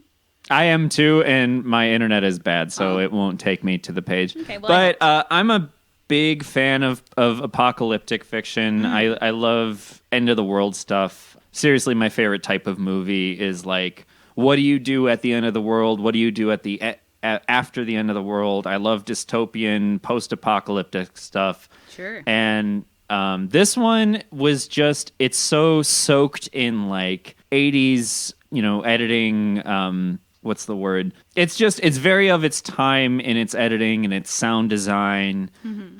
It's very, like, it's got a real Carpenter vibe to it. It is definitely not John Carpenter, but also one of my favorite types of movies is a movie that all happens in one evening. Oh, yeah. And this movie also fits into that category. Basically, main character accidentally receives some information that the Soviets are bombing LA where he is, and there's nothing he can do about it. And the movie is so perfectly hopeless. It's just, I just absolutely adored it. It was fantastic. Sounds great. I also watched recently this movie Spun, which I think is from 2002. 2003. Yeah. You were right, it's 2, but I own that on DVD. Oh, you do? Yeah. I would have liked it more if I had seen it then, if that makes any sense. Absolutely does. It was cool. It did some interesting things. Talk about nice titles. The title sequence of that one is really fantastic. Spun was one of my favorite movies at the time that it came out, and probably through my early 20s. Wow. I used to love that movie. I had a crush on Mickey Rourke when I was a kid, weirdly. I don't know. Can't explain one. That's a weird childhood Can't crush, explain that. dude. All of my childhood crushes, you would be like, what is happening there? And me too. As now an older version of myself, I am like, what was happening there? I don't know. But I don't know. Had a crush on Mickey Rourke as a child. Also, always been obsessed with Jason Schwartzman since birth, I think, and Brittany Murphy. I had a crush on Jason Schwartzman, too. Fair. Absolutely fair, yeah.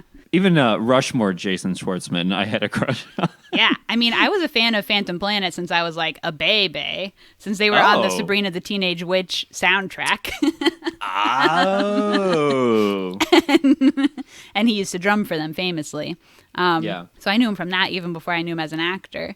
And I always was just like a huge fan. of his work. I used to love that movie Slackers too. Did you see that movie? Slackers. Oh my God, with Devon Sawa? Yeah, boy. Holy shit, yeah. That was my Wow. That was like my favorite. And Michael C. Morona from Pete and Pete is in that one too. Uh-huh. And Pete and Pete's like my favorite piece of media in existence. Yeah. My favorite piece of meat. Holy cow. Pete and Pete. Yeah, no, absolutely. I mean, Pete and Pete's a classic, iconic. I mean, I couldn't be more iconic. Wow. That's I have not thought about that one in ages. Slackers I also own on DVD. So, as you can tell, I haven't updated my DVD collection much since I was 12. Damn, I'm sure it is problematic as fuck, but I would really like to see it. I don't know. I can't. It probably is. I was trying to think of like what would happen in it that it would be problematic, but it probably totally is. Yeah, I mean, any comedy. But Jason from that Schwartzman has time an period. incredible character. Yeah, he's like a creep, right? He's like and he shaves his chest hair into the letter A. It's incredible. he like collects her hair and makes hair dolls out of it. He plays a guy called Cool Ethan. Cool Ethan. That's right. You can't beat it. Is that Amy Smart in that movie? Was that Amy Smart or am I thinking? Ooh, I don't know. I don't think it's her. It's what is that girl's name? Jamie King? Is that her? Yeah, I'm Yeah, Jamie King. She's in a bunch of crap. I mean, Ocean's 8, Sin City, White Chicks, Blow. Oh, wow. Cheaper by the Dozen 2. I don't know. She's got one of those faces that you know. You know what I mean? You see her face and you go, oh, yeah. It's all very slowly coming back to me. He rides a unicycle. Yeah. Oh, yeah. I loved that movie. I haven't watched it in forever. Same with Spun. I haven't rewatched in forever. But, yeah, I used to love Spun. What's his name? Billy Corgan's band does some of the soundtrack. Yeah. It's pretty what good. What are they called? Zane or something? Zwan. Zwan. Yeah. Yeah. Zwan. Yeah. I dug the tunes, man. Yeah. I didn't like Zwan when they came out. I liked the single. It was like, a lyric, a line. And that great. I like the songs that are in Spun, and I think that's it. It's got that Korg throat going. I think that was the first time I heard the song Hurdy Gurdy Man, too, by Donovan. It was in that movie when Brittany Murphy's like passing out after her like 4 days of being awake. Mm-hmm. They play that song, and I really loved that song. Anyway. Yeah, I think that's my list. If I were to pick a clear winner out of them, it's going to be The Player, followed by Utopia, followed by Miracle Mile, followed by Spun. Yeah, that's fair. Yeah, Spun. I've tried to show it to people more recently, and they go, "Kayla, what is this crap?" I mean, I think one of the things about it. I have a lot of nostalgia to it. Well, that's I think one of the things is like having been young in that time period. This movie, like Spun, is so emblematic of the things that were like cool then, and I think also that there was innovative stuff happening in that movie, but now it feels very sort of played. But I mean, if you put your 2002 goggles on, it's dope. It's really good. Hell yeah. And see, folks, I'm always saying on pod, I never watched normal movies growing up. I only had access to weird things. And so, like, Spun and Slackers were my favorite movies. Meanwhile, I never saw, I don't know, anything normal that a normal person would see. And I go, everyone's seen Spun, right? And people go, Kayla, you were watching this at 13? This is kind of fucked up. This dude ties a naked lady to a bed for 4 days. Oh, man, what a wild... Oh, my God. That was such a wild scene, and he turns on the music, and then it's just skipping for 3 days. Oh. And then fucking Blondie is like a sex caller on the phone. Oh, yeah. Holy cow. So, great film. Check it out. Oh my God. Okay, so that's all your shit for this week? Yeah. Okay, so I got a couple. Okay, I kind of mentioned, half of mine in our fucking episode, but I'd also like to recommend Aaron Schimberg's first movie, Go Down Death. It is free on YouTube. It is even more loose in terms of structure. It's a little more complicated. It's a little more artistic, but I think it's really good. And Yeah, watch Go Down Death. If you liked this movie at all, think you'll probably like that movie. I watched The Player. I watched Freaks. We've talked about these. I watched the 1973 film The Baby. Maybe one of the most bizarre and deranged films I've ever seen. It's about a social worker who makes a call to this house to check out their baby. The baby is played by a man who's probably in his 40s. So is this a Damon Wayans or Marlon Wayans Lil Man situation here? I think he's supposed to be 40, but they have raised him to be a baby for his whole life. He's never learned to walk. He wears diapers. He can't really speak. So for all intents and purposes, he acts like a baby. How they got this actor to do this crazy stuff that happens in the film, you go, whoa. Oh boy. So 1973's The Baby. If you want to see something crazy, check that out. And that's not Da Baby, am I correct? No, it's a THE baby situation with full THE on that one. And then I also watched... Oh my God, we're losing our minds. We're about 3 hours into recording at this point. Yeah. Not including the time we spent before recording.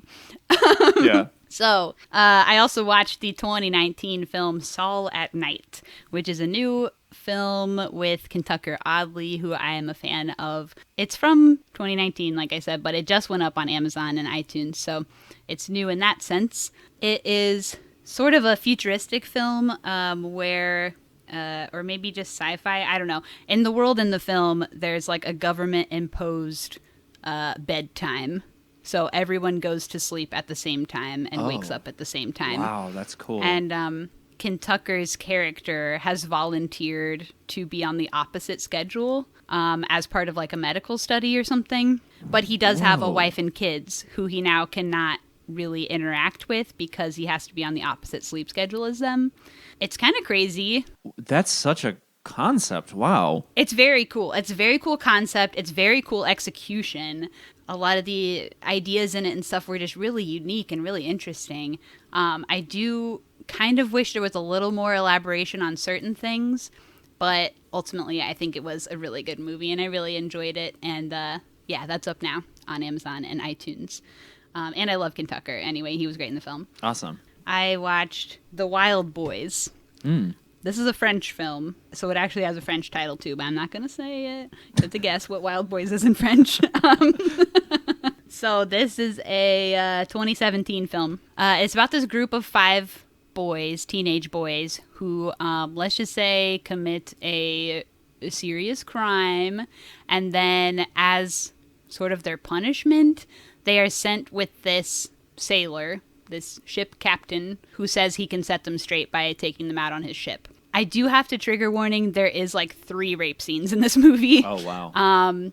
But I think it's really fucking cool despite that. The rapes are a little, they're a little intense. But the 5 teenage boys, all the actors are women. So whoa, they're playing boys. I think that puts an interesting spin on the rape scenes, which sort of takes a little bit of severity off of them when you're watching.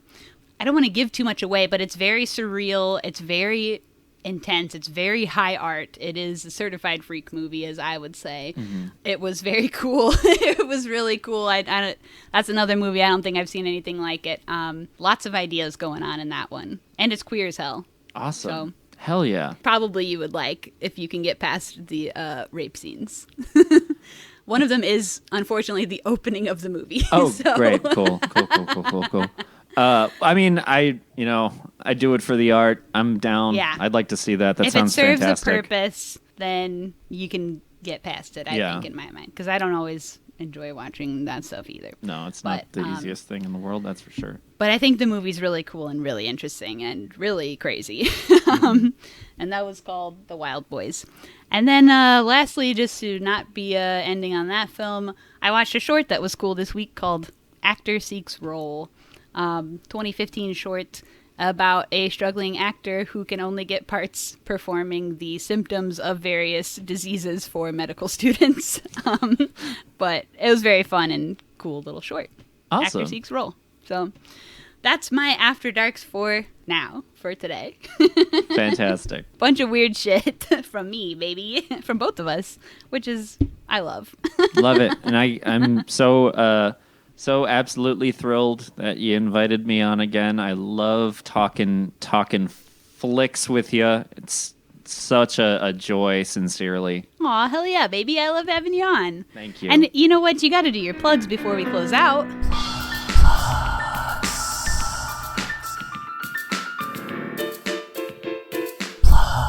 My name is Frank OK, and you can find me online on Instagram at FrankOK, FrankOKAY.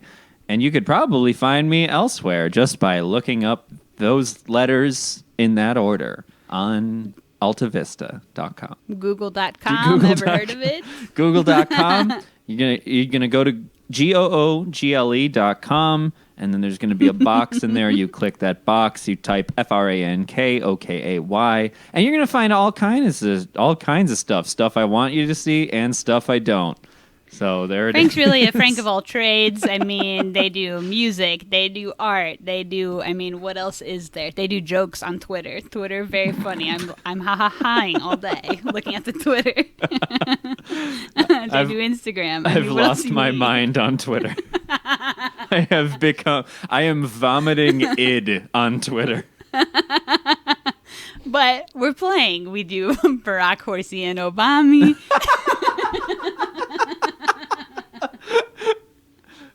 We're having a good time. I read the tweets and I do ha-ha-has all day. I say more people should be liking this because this is making me go ha-ha-ha. I'm trying to provide the yucks, and some people are getting them, and some people are absolutely not. Oh, this just in, Frank's canceled on Twitter. I mean, I haven't said anything in earnest on Twitter at all. No one's canceled me yet, but I'm not ruling it out. At some point I'm gonna do something, and then I'll have to move away to Japan. Oh no. Oh yeah, and check out Franky's brand new music video. By the time this comes out, maybe it'll be a little bit not brand new, but still brand new in our hearts. What's the song called? The song is Vacation called Forever? Vacation Forever by Frank OK, which is the name I told you to Google. Yeah. And that's on YouTube. It's also the songs on Spotify, right? Yep. Okay. So look up Frank everywhere, basically. Look up Frank on our other episodes of the podcast that they were on for Diamantino and Together. Hell yeah. So that's really it. So basically stalk Frank. They're very cool. And then I'll be back next week for Spun, when we do Spun. Ooh, that could be fun. We're going to have Frank on as often as possible. Okay. All right. So, yeah, thanks again for doing the little show. Thank you. All right. And we'll see everybody else next time. Bye. Bye-bye.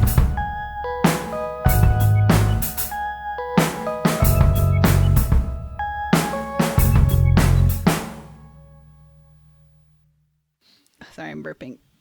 Bless the you. pic also... Bless you after a burp.